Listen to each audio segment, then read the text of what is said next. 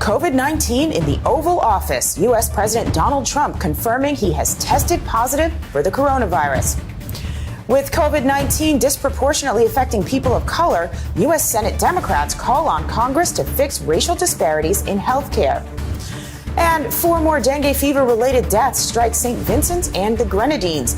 We'll tell you what you need to know to keep your family safe. Guyana's healthcare workers staging a protest. Over 150 nurses and medical staff are demanding better working conditions. The Barbados-based Caribbean Tourism Organization announcing a virtual forum to discuss and aid Caribbean tourism during the pandemic. Former West Indies coach Floyd Reefer is putting aside his cricket clothes to focus on politics in Barbados.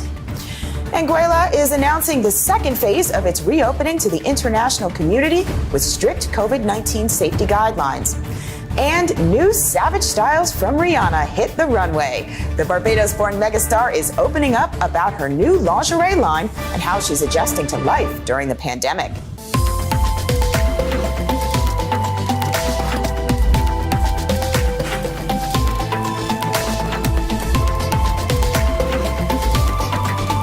This is the Caribbean Times News with Alisha Davis. Welcome to the Caribbean Times News. I'm Alisha Davis in New York. Thanks for watching.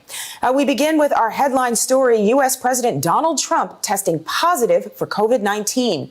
The news comes as a number of Caribbean countries, including the Bahamas, Guyana, Jamaica, Trinidad and Tobago, and Antigua and Barbuda, all recorded record new coronavirus cases.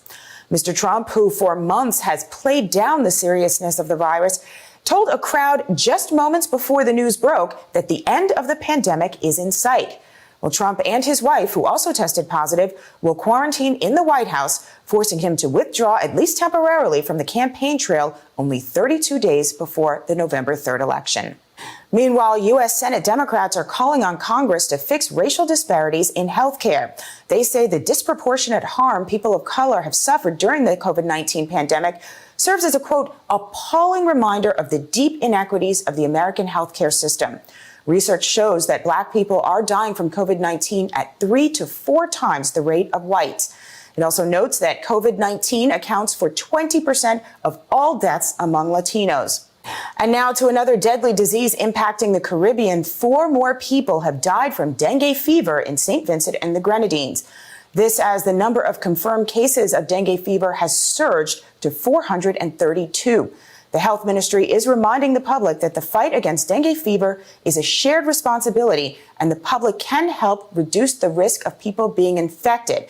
That's by 1, reducing mosquito breeding by discarding improperly stored water or covering properly collected water.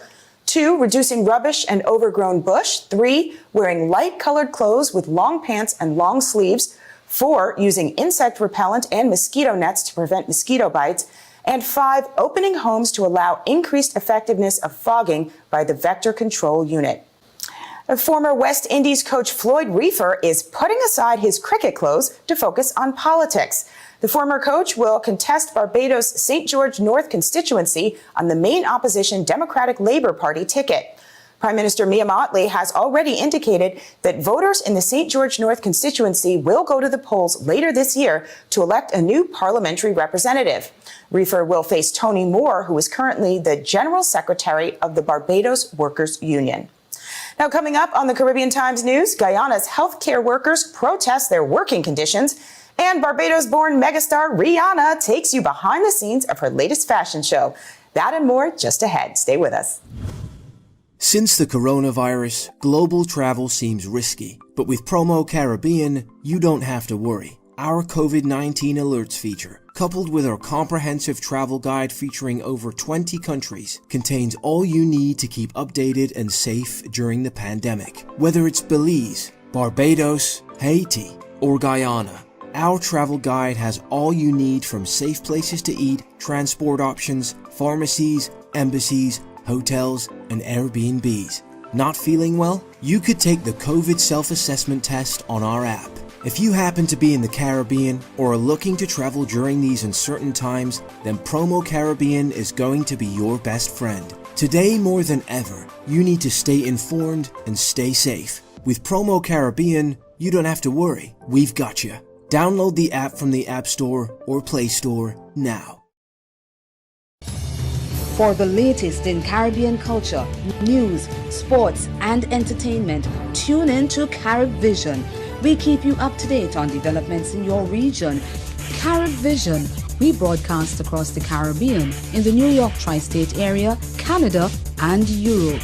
Carib Vision, the eyes and ears of the Caribbean.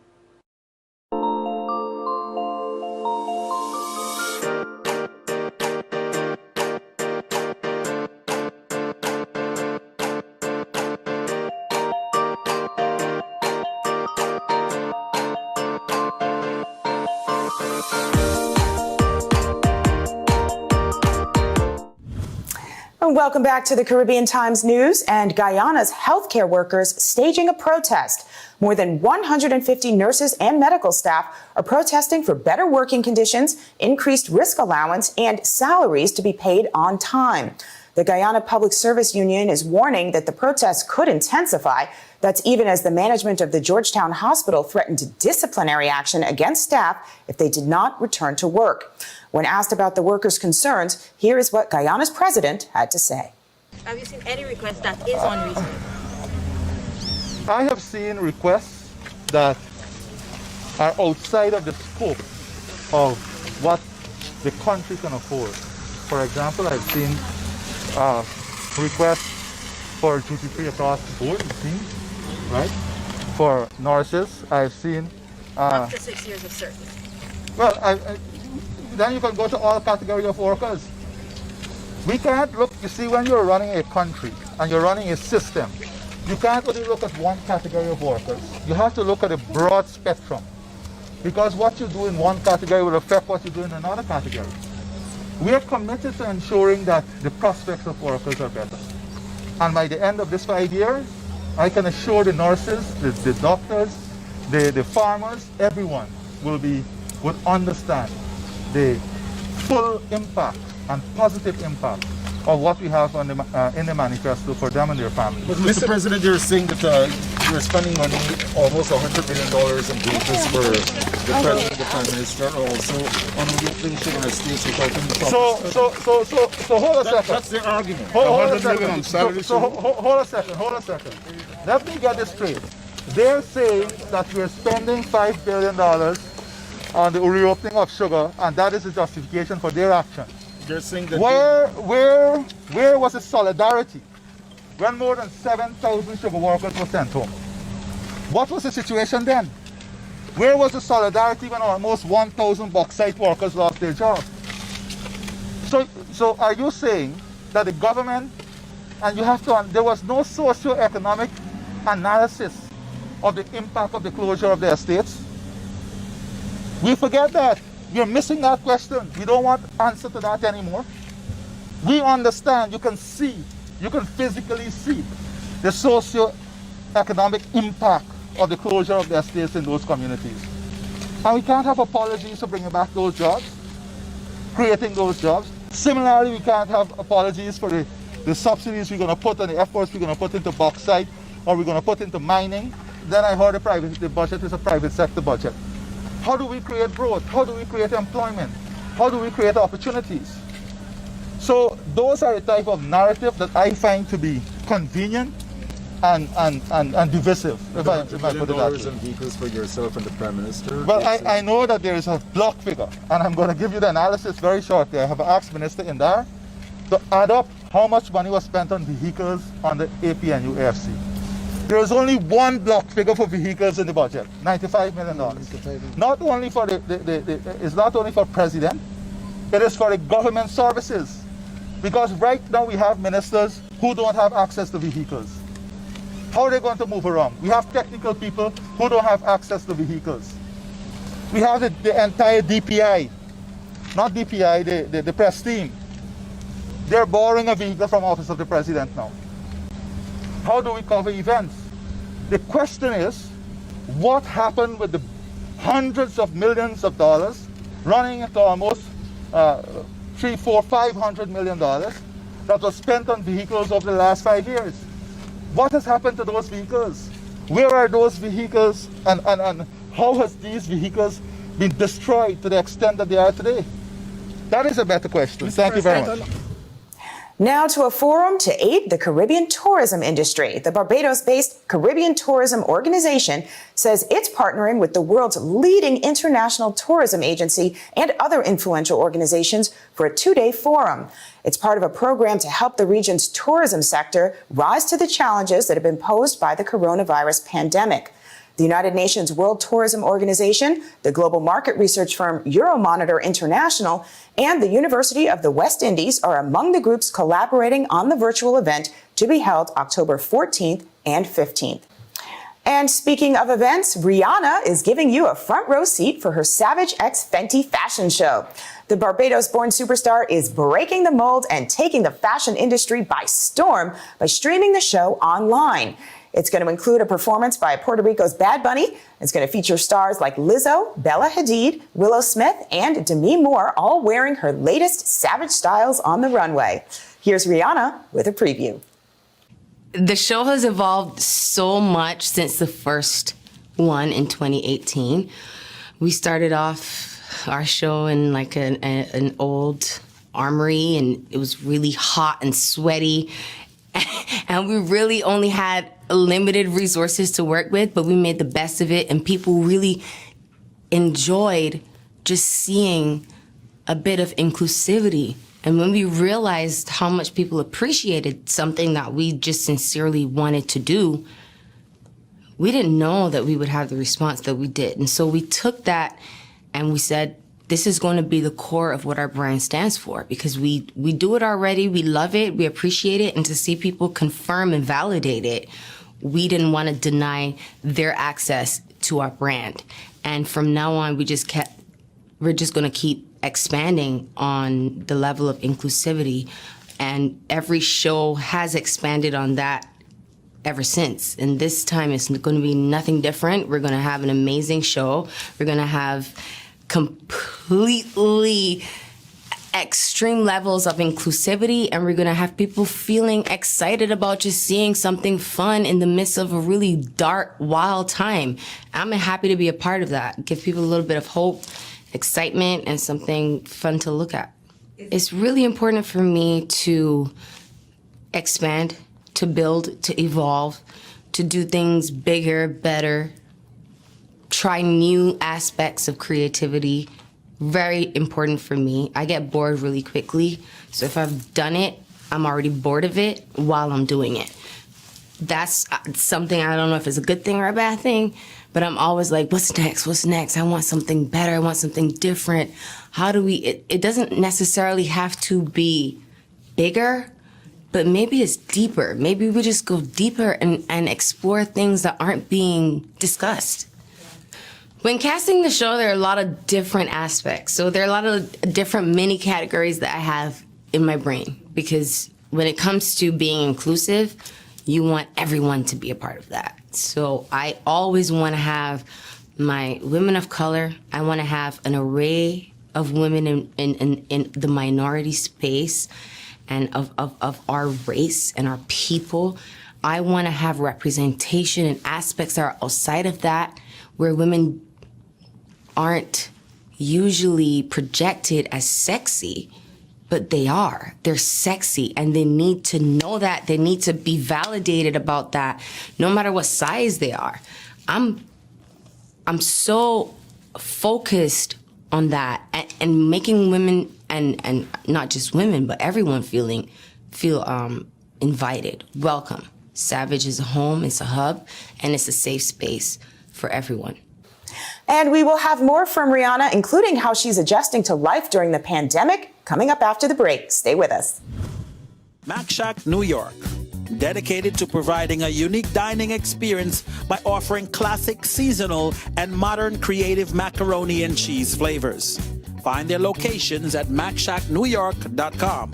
That's MACSHACKNY.com.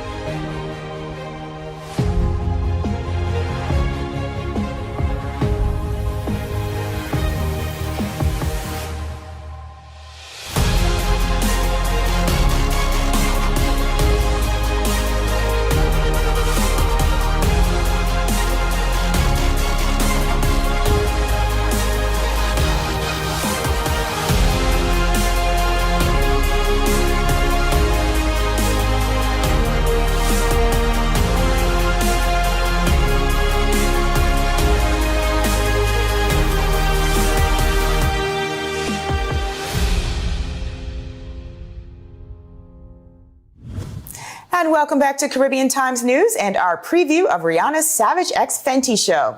The Barbados-born megastar opened up about how she's adjusting to life during the pandemic and what it was like pulling together the show during COVID-19. I mean, in quarantine, you don't really got a lot of juice to work with. I mean, you could get up and put on a full face of makeup and shit, but it's like, who's gonna see it? So the thing that makes me feel great is when I feel healthy, when I feel like my skin is glowing, my hair is thick, and I'm excited to do little things in life. Like, I appreciate every little thing. That makes me happy, but happiness kind of is the open door to everything. Like, you could do anything. You could be creative, you could be savage, you could be antisocial, you could just be whatever you want. As long as you're comfortable and you're happy being exactly in that space. I've grown to appreciate the little things, and I've grown to love being still, which is something I haven't been used to since I was 16 years old. What I want them to know about the show is that we're not going to dumb anything down. Within our restrictions, we're going to be forced to get creative and be clever about production and work our way around the norm that we've usually had, that we're just going to create a new normal, but we're going to make it incredible. So I can't wait for people to see how much we put into this show to make it as visually enticing as possible while they're at home stuck in the midst of the wildest times of our lives. I'm excited about that. But when it comes to the collection, we stepped it up. We keep stepping it up. Every single time I sit there with my team, I'm amazed at the fabric, the skill set, the techniques, and also the design. We're taking things to new levels, and I apply a lot of the things that I've experienced in lingerie in the past, just whether it's comfortability, flattering parts of your body, how to flatter different things, the problem areas, things that people don't think about when they're designing for like a fantasy body. It's personal for me. And so I get excited. I love it. I love creating, but I can't wait to show people what we've created in the last year. And you can catch Rihanna's Savage X Fenty show Volume 2 airing worldwide on Amazon Prime Video tonight. And finally, in our Caribbean Moment by Caribbean Journal, Anguilla is announcing the second phase of its reopening to the international community. It's going to begin on November 1st, and that second phase will allow hotels, resorts, and villas to be approved and certified that they are meeting COVID-19 guidelines. In addition, the authorities are also introducing the bubble concept, which allows properties to safely offer their guests access to a variety of approved amenities, services, and activities, all while they're quarantining.